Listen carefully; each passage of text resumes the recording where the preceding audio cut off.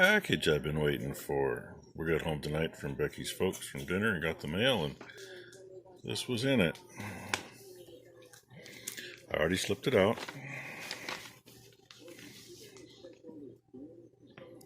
There we go. Vaughn Farms.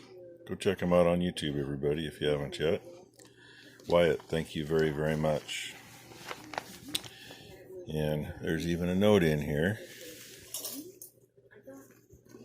If I can get it open here. If I can flip it around. Oh, Wyatt's been busy drawing. Excellent drawing. And that's from a little tiny picture on YouTube. He wanted to thank me for being a supporter of his channel and congratulate me on winning his giveaway. And he wants to see me wearing that in some of my videos. And that'll probably happen. I just gotta flip the camera around a little more often once in a while. Well, anyway, thank you very much, Wyatt, and I love the note. Much appreciated. And the drawing. I used to do drawings like that, but man, I can't do it to save my life anymore. Anyway, everybody, if I remember to do it, I'll drop a link. If not, maybe I'll drop one in the comments when the time comes. Tomorrow we're moving critters, getting rid of some steers and taking some into the freezer camps, and delivering some. But it rained enough tonight. There's one delivery I don't think we're going to make tomorrow. So we'll see what I can show you tomorrow. Well, there's our Sunday morning sunrise. Last night coming home from Becky's folks. Headed south coming down the highway. Look to the east, and keep in mind this is over 4 hours after the sun is completely gone. And the sun sets to the west. I told Becky, I said it really is too bad that looks like a sunrise starting. And as far as you can see, north and south to the east of us, looks like a sunrise at that time of night with all the freaking lights. Oh well, I got you that much.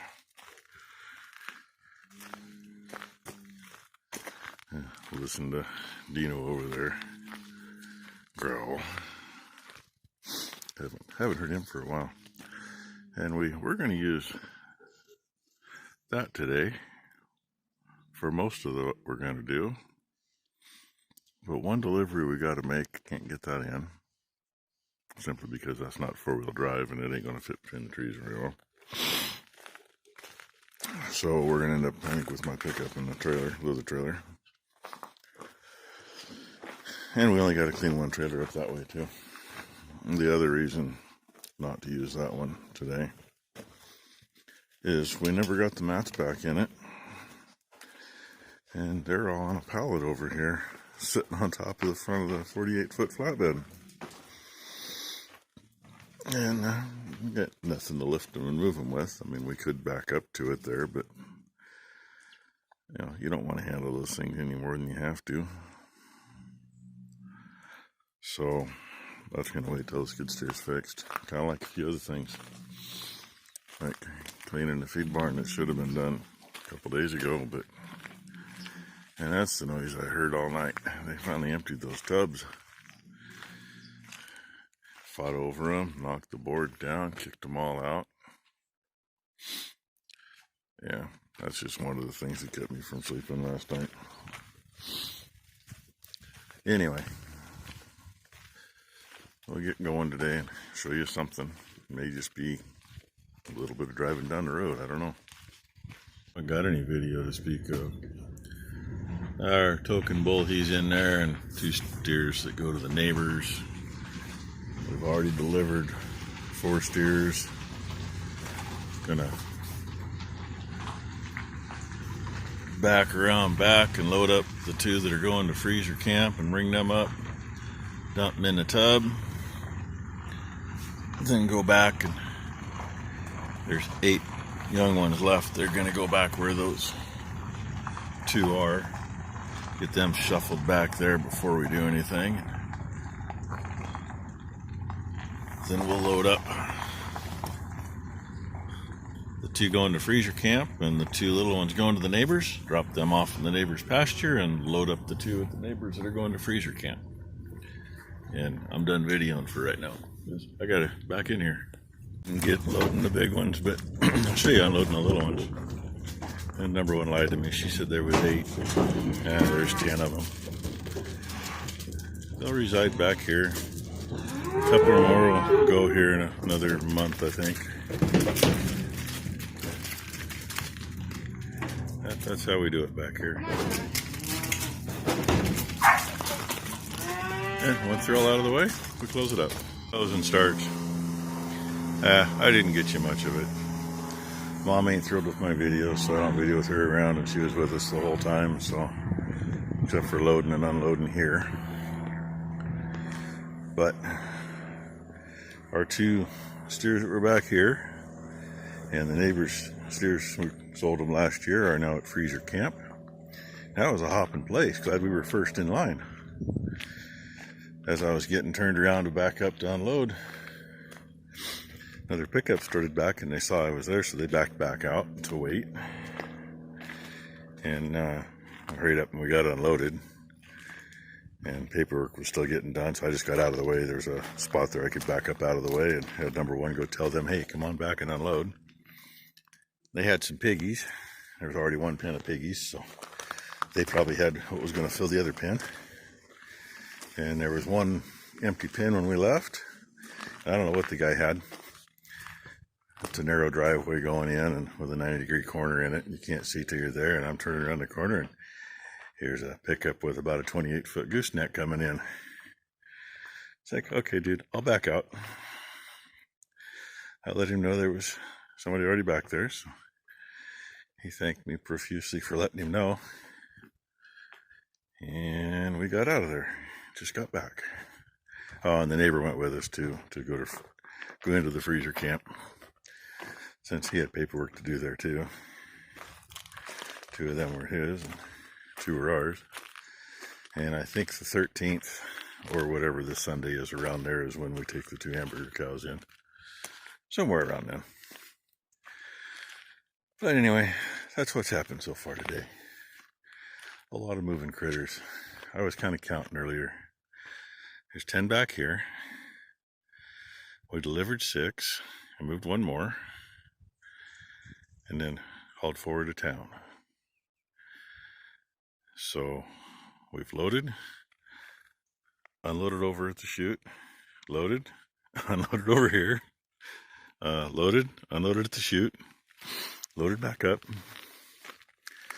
Kind of a pain, but you know, not exactly laid out to just run them into an alleyway and run them from one end of the barn to the other. That would be nice though. Yeah, it wasn't too much of a rodeo. He's tied up there. Had a little time getting the halter on him, but had this gate swung in right to left side of his butt. He didn't have a lot of room to move. Got him in there. It's a little slick in there. We'll get some straw down for him. He did the slip around and fall down a couple of times. Had to untie him to get him back up. Did a little loving on him.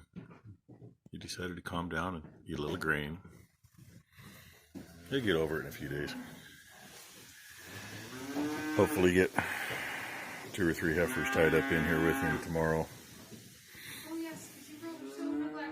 Then they can chill out together. And then what we may do, something that helps halter break. You know, some of them, that's really all you need to do. Get a halter on them, get them in a trailer and tie them and go for a ride. We've bought bulls before that weren't halter broke, young bulls like him. And none of them are like Lena. Yeah, number one says, as long as none of them are like Lena. Well, I can't say that because her daughter's a spinning damn image. Yeah, Lena's daughter this year is just like her. Than what Lena did, though. She likes to leap, so that'll be fun when we get to her. But at any rate, take a calf like him and get the halter on and get him in a trailer and get him tied. Yeah, if you end up hauling them 10, 15 miles, that's great. We've actually had them where when you get to your destination, you grab the halter and literally lead them right off without any trouble. Because they learn quick, don't pull.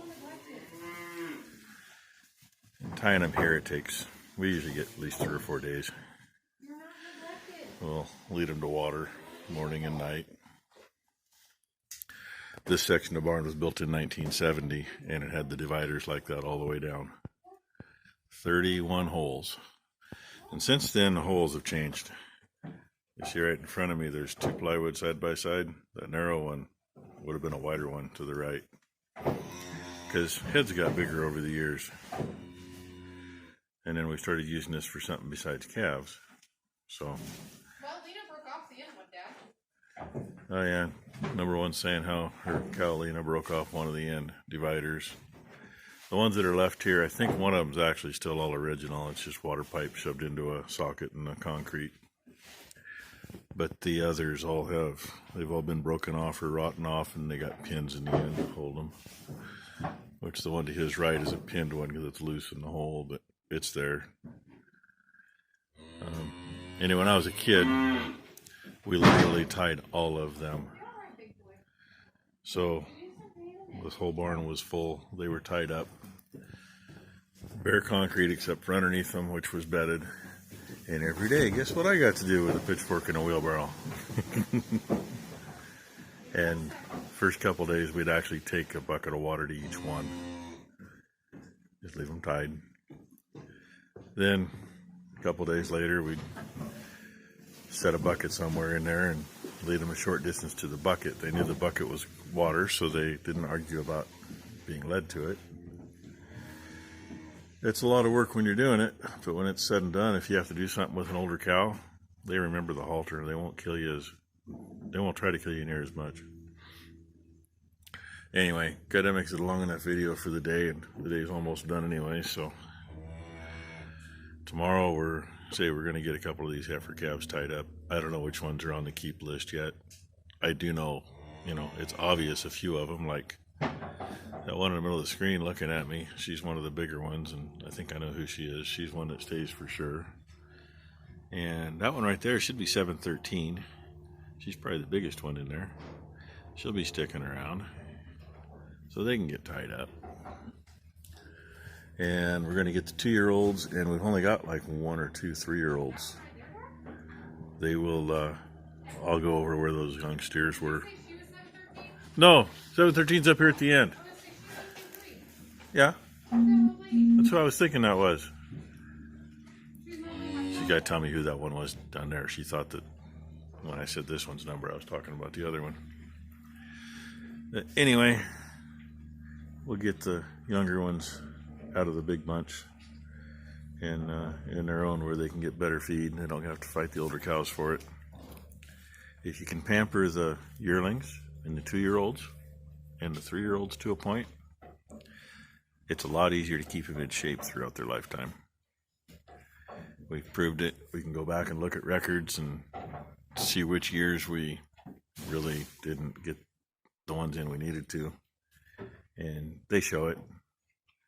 We had a bunch of 99 model cows. They looked like hell their whole lives. Well, in 99, they didn't get the feed they should have gotten after they were off their mama. In 2000, when they were 2-year-olds, I should say in 2001, when they were 2-year-olds, they got fed all right, but not as good as they should.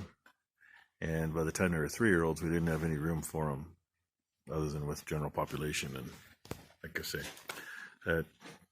it's a downfall. Oh, anyway, like I said, long enough video, so thank you all for watching.